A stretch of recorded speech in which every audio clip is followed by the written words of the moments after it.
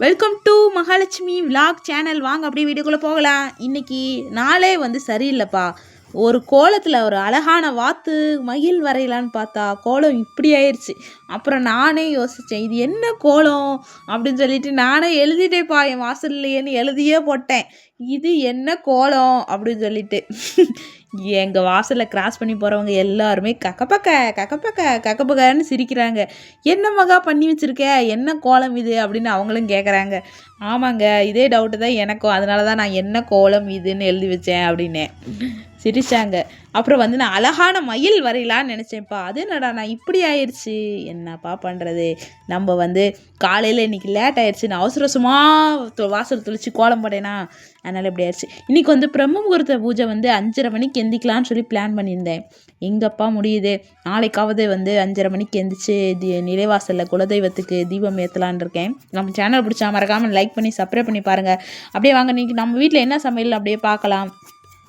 இன்றைக்கி சூடான சாதம், பருப்பு குழம்பு, உருளைக்கிழங்கு பொரியல். சரிங்களா, உருளைக்கிழங்கு சூப்பரான ஒரு முறுமுறுன்னு ஒரு உருளைக்கிழங்கு பொரியல்.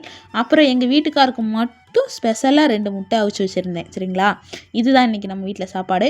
அப்புறம் இந்த டிஃபன் பாக்ஸுக்கு 2 பேரும் சண்டைப்பா. ஒரு டிஃபன் பாக்ஸ் தான் இந்த மாடல் இருக்குது பாருங்கள். என் பையன் எப்படி சண்டை போடுறான்னு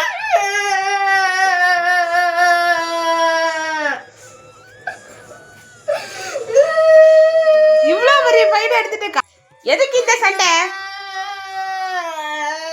பாருங்க மக்களே. பெரிய அந்த டிஃபன் பாக்ஸை இவன் எடுத்துக்கிட்டா, வேற டிஃபன் பாக்ஸை. இந்த டிஃபன் பாக்ஸை இவன் கொண்டு போக மாட்டானா. இவன் அதுக்காக அழுதுகிட்டு உட்காந்துருக்கான். இவன் ஃபைட் போட்டு ஜெயிச்சிட்டான்.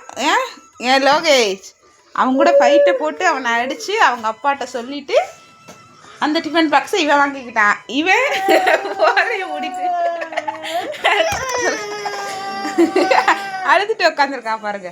எது அப்புறம் டிஃபன் பாக்ஸுக்கு போய் இப்படி அடிச்சுக்கிறீங்க, நியாயமா அதெல்லாம்? டிஃபன் பாக்ஸுக்கு போய் அடிச்சுக்குவாங்களா? இன்னைக்கு அவன் அதில் கொண்டு போனாலும் நாளைக்கு நீ வேற டிஃபன் பாக்ஸ் கொண்டு போனதானே. சரி விடு, சின்ன பிள்ளை தானே. உனக்கு நாளைக்கு நான் புட்டி மார்ட்டில் புது டிஃபன் பாக்ஸ் வாங்கி தரேன். சரியா? அழக்கூடாது. ஆம்பளை பையன் சிங்கம் மாதிரி இருக்கிற பையன் இப்படி அழுகலாமா? அழுகக்கூடாது. லோகேஷே, நீ பண்ற கொஞ்சம் ஓவரா தான்டா இருக்கு. டே, வீட்டுக்குள்ள செருப்பு போடுற.